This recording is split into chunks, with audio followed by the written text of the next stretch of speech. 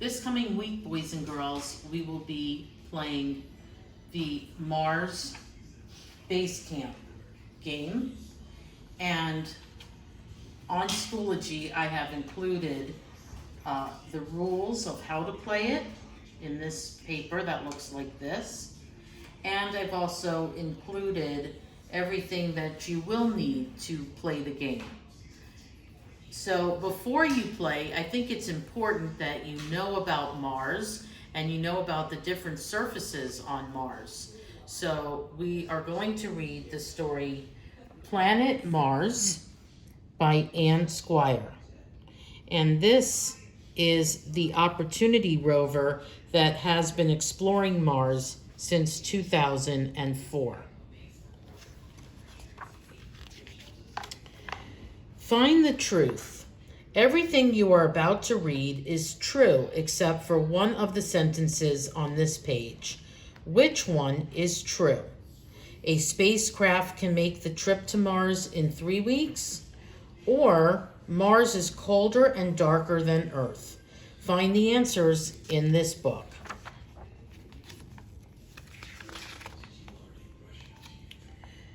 Mars shines above houses in northern Spain in 2003. Chapter 1, The Red Planet. On August 27, 2003, sky watchers on Earth got a rare treat. The planet Mars appeared to be as bright as a bright light in the night sky.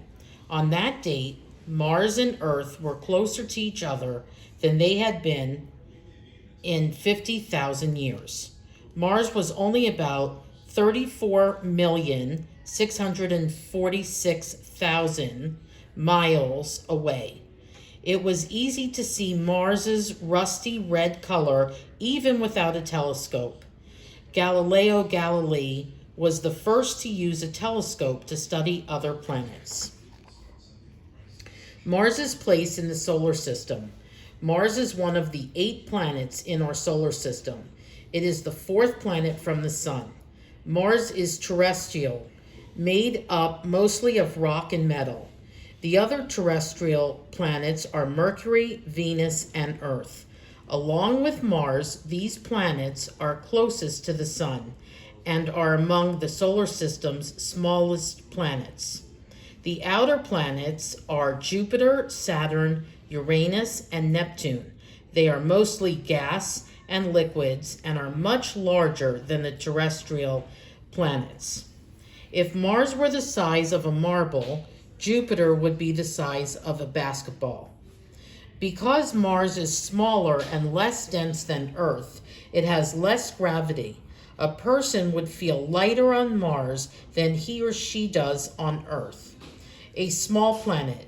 Mars is the 2nd smallest planet in our solar system after Mercury. If you slice Mars in half and measure it across the widest point, it would measure 4,220 miles. Earth is almost twice as wide at 7,926 miles. This is similar to the difference between a tangerine and an orange. Mars is also less dense than Earth is, having only 1/9 of Earth's mass. Mars is the furthest terrestrial planet from the sun. Distance from the sun.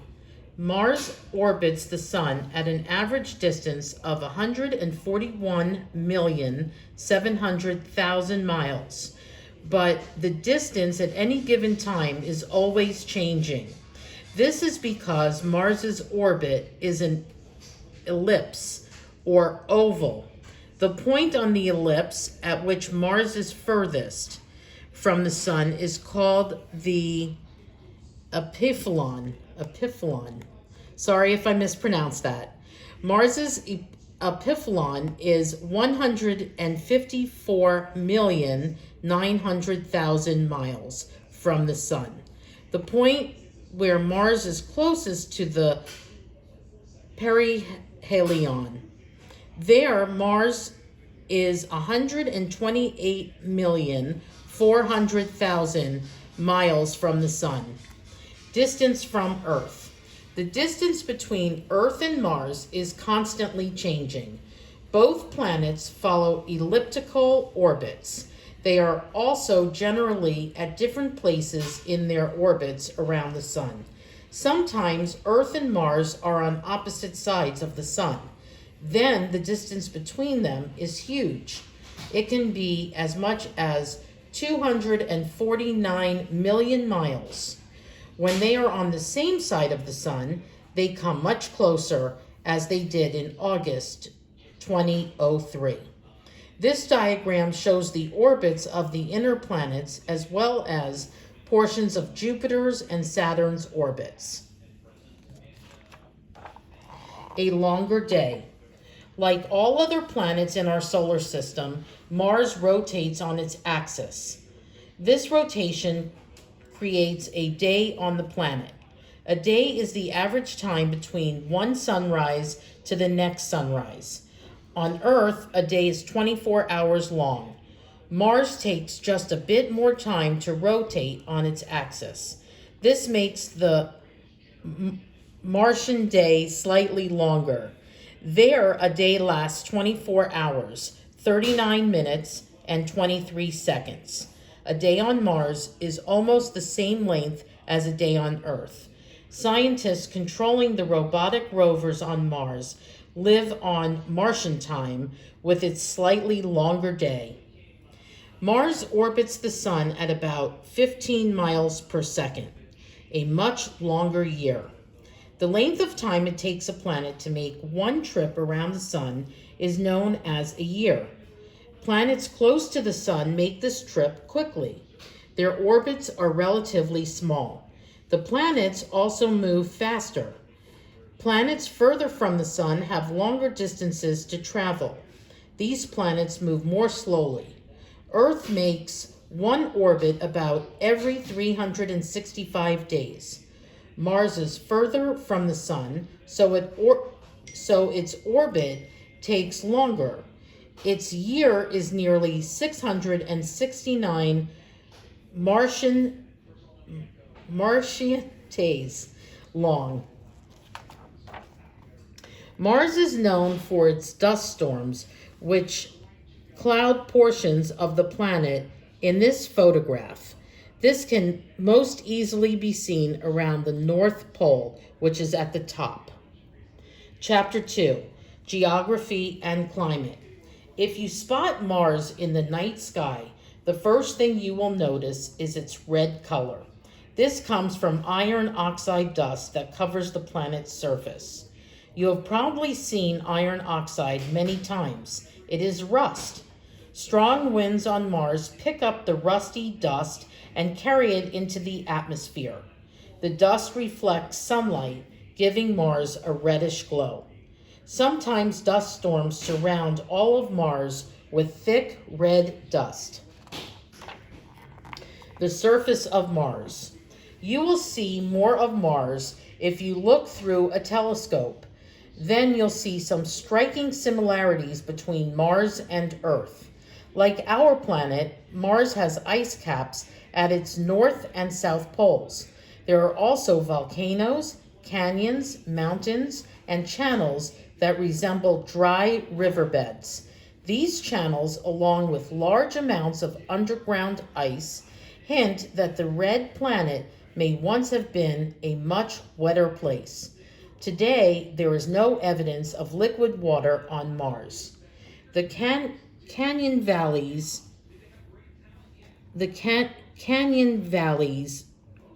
Mariner, I can't even read that, forms a deep scar across the surface of Mars. The base of Olympus Mons could cover all of New Mexico, mountains and canyons. Mars is home to the tallest mountain in the solar system.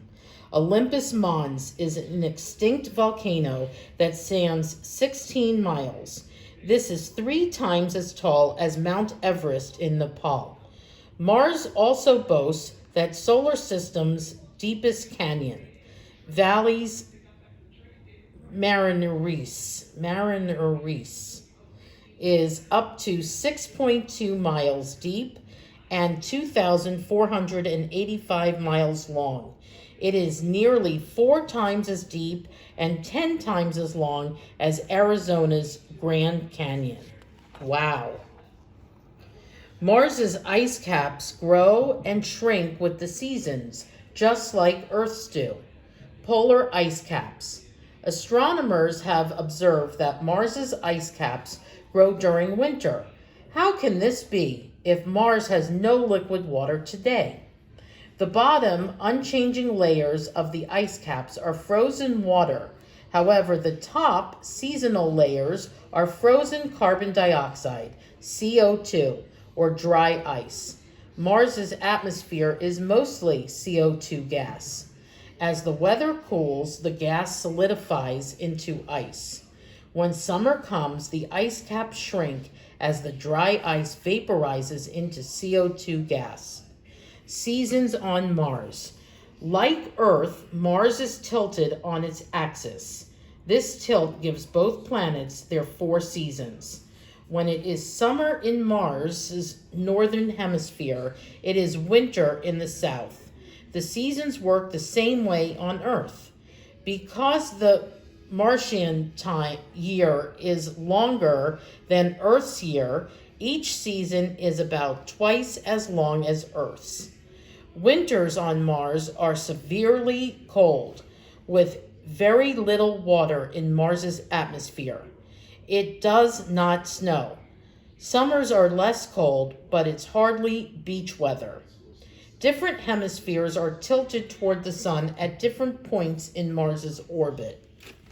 And this shows the different seasons.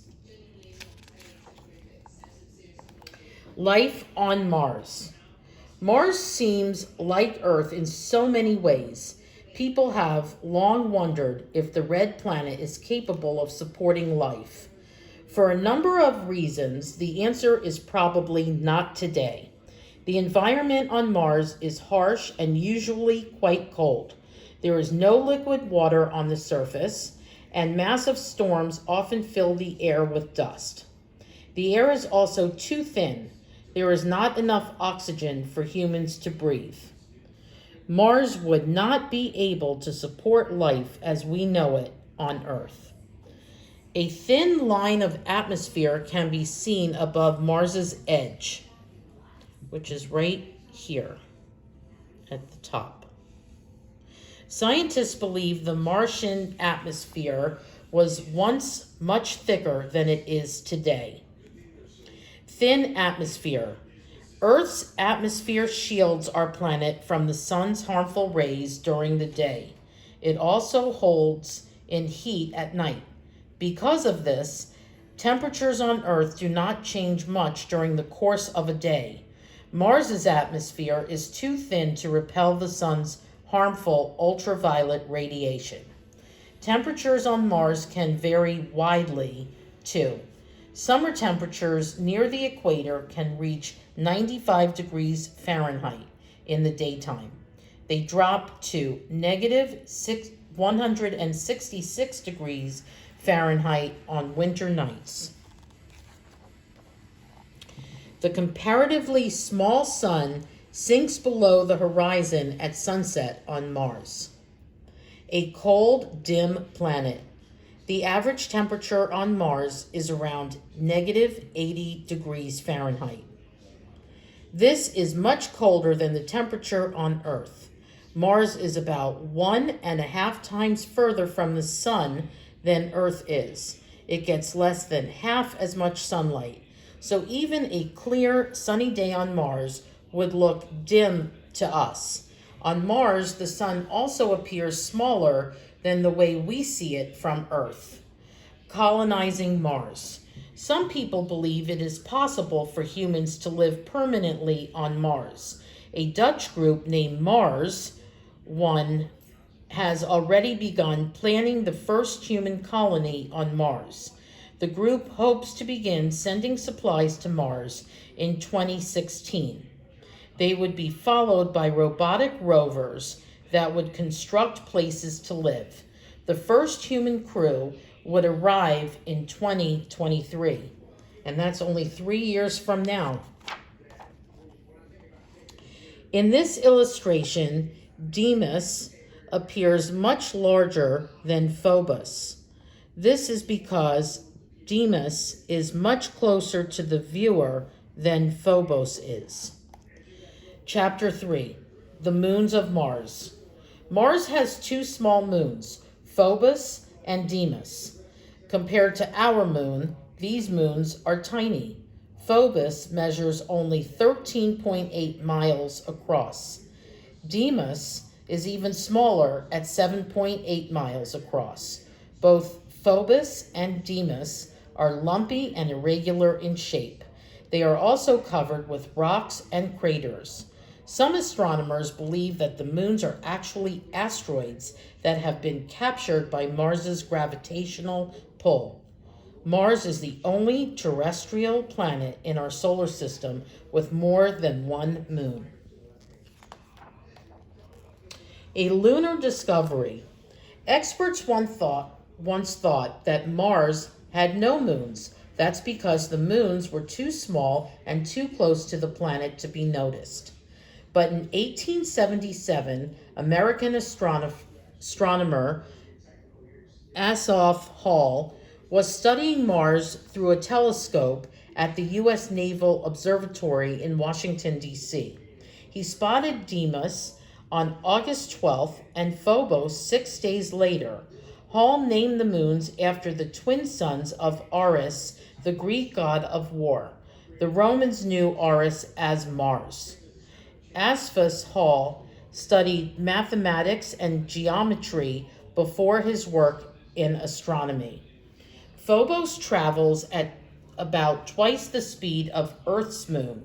This illustration shows how Phobos and Deimos might look in Mars's evening sky. Moons in orbit. Phobos orbits only about 3,700 miles above the surface of Mars. In comparison, our moon is 238,900 miles from Earth.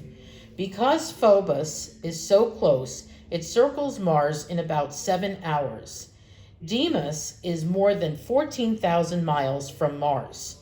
It takes 30 hours to complete one orbit. On Mars, Deimos would appear as a tiny object in the sky because of its small size and distance from the planet. Mars's gravity is pulling Phobos in. A collision course. The orbits of both Phobos and Deimos are changing. Phobos, already near the Martian surface, is getting a tiny bit closer every day. This moon is spiraling inward toward Mars at the rate of 6 feet. Astronomers estimate that in about 50 million years, it will either crash into Mars or break up into a ring of rocks and debris. An escaping moon. Deimos is almost 4 times further from the surface of Mars than Phobos is. The pull of Mars's gravity on this small moon is much weaker. With less gravity to keep it in the planet's orbit, Deimos is spiraling slowly away from Mars. In millions of years, Deimos may escape Mars's orbit altogether and float off into space. These photos of Deimos show its relatively smooth, dusty surface dotted with craters. Chapter 4, Early Views of Mars. The most striking aspect of Mars is its strong red color. The ancient Egyptians referred to Mars as Har Dekor, the red one. Many cultures, including Sumerian, Greek, and Roman, associated this red planet with war and bloodshed. It has had many names. The one we use today is Mars, named after the Roman god of war. The month of March is also named after the Roman god Mars. First observations. It is impossible to say who actually discovered Mars. It is so bright and so easily spotted in the night sky that people have observed and studied it for thousands of years. By 1500 BCE, Egyptian astronomers were studying Mars and its motion in relation to other objects in the night sky. In the 4th century BCE, the Greek philosopher Aristotle noticed that Mars sometimes disappeared behind our moon. This showed that Mars is more distant from Earth than the moon. Early astronomers noticed that Mars and other planets move differently from other objects in the night sky. Christian Huygens made improvements to the telescope which helped him in his observations. Mars through a telescope. In 1609, Italian astronomer and physicist Galileo Galilei was the first to observe Mars through an early spyglass or telescope. Astronomers learned more about the red planet as telescopes improved. Later in the 1600s, Dutch astronomer Christian Huygens estimated the size of Mars. He also made drawings of Mars's geographic features and polar ice caps. Huygens later published a book called Cosmotheories. In it, he speculates about the possibility of life on Mars. The more people looked, the more similarities they saw between Earth and Mars.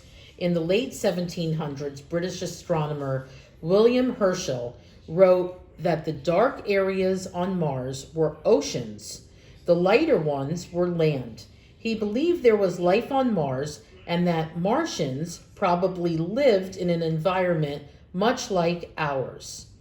In the late 1800s, scientist Giovanni Schiaparelli saw straight lines on the Martian surface. He declared there were canals built by intelligent life forms. And here is the timeline of Martian exploration from 1576 all the way to 1965. Canal fever. Wealthy businessman and astronomer Percival Lowell supported Schiaparelli's claim. In 1894, Lowell built an observatory in Flagstaff, Arizona. He spent the next 15 years studying Mars. He drew maps of the canals and published his observations. As a result of his books, many people believed in the canals and thought that Mars was home to intelligent life. As bigger and better telescopes were developed, it became clear that the canals were mostly optical illusions. And the big truth, Martian invasions. In 1898, author H.G. Wells published The War of the Worlds. In his book, Martians traveled to Earth in metal cylinders and tried to take over our planet. In the 1890s, a Martian invasion seemed possible thanks to publications from scientists such as Schiaparelli and Lowell. Even after experts determined that canals did not exist on Mars, the idea of Martians captured the public's imagination. In 1938, actor and filmmaker Orson Welles, that's Orson Welles, narrated a radio program based on the War of the Worlds. Many frightened listeners thought the program was a newscast and that Martians really had invaded Earth. Since then, there have been many television shows and movies about Martians coming to Earth. My favorite Martian, Mars Attacks, and Mars Need Moms are just a few examples. Mariner 4 approaches Mars in 1964. Chapter 5, modern exploration of Mars. In the 1960s, scientists started trying to send unnamed spacecraft to Mars. The few first attempts were failures. Then in 1964, the United States launched Mariner 4. The satellite flew past Mars on July 14, 1965. Its photos showed a dry planet pockmarked with craters. Mariner 9 went into orbit around Mars in November 1971. After waiting for a huge dust storm to pass, Mariner 9 sent back photos of the Martian landscape and Mars's 2 moons. A trip to Mars takes more than 7 months. Landing on Mars. In 1976, the National Aeronautics and Space Administration, NASA, made history. That year, 2 of its spacecraft, Viking 1 and Viking 2, landed on the surface of Mars. The 2 landers collected samples from the Martian surface and conducted experiments. They also sent back photos to scientists on Earth. The experiments revealed some unexpected chemical activity in the soil near the landing sites. However, there was no evidence of life on Mars. The Viking landers gave astronomers the first opportunity to take soil samples on Mars. Finding a launch window. Launching a rocket takes careful planning. Launching when Mars and Earth are closest saves fuel and makes the trip as quick as possible. Also, both Earth and Mars are always moving. Engineers must calculate where Mars will be when the spacecraft reaches the planet's orbit. They then direct the rocket to that point in space. If all goes well, Mars and the spacecraft arrive at the same place at the same time. Missions to Mars. Since the 1970s, the United States and other countries have launched many more spacecraft to Mars.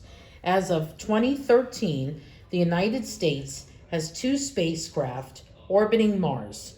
Both are equipped with powerful cameras and sending back detailed photos of Mars. In addition, 4 robotic rovers have collected and analyzed soil samples. They have also provided close-up photos of the Martian terrain. 2 of the rovers are still active today. This is Curiosity. That's the name of that rover, which landed on Mars in August of 2012. Future missions. The United States and other countries have ambitious plans for future explorations of Mars. The next launch will be an orbiting spacecraft designed to study the Martian atmosphere. It will help determine how the climate of Mars has changed over time. Later missions will include orbiters and land-based rovers that will study whether life could ever have existed there. In the future, there may even be manned missions to Mars. Would you want to go? Manned missions to Mars will take several years to plan. Did you find the truth to our questions that I asked you earlier at the beginning of the book? A spacecraft can make the trip to Mars in about 3 weeks. True or false? Well, they say it's false. And Mars is colder and darker than Earth, and that is true. It is further away from the sun. The end.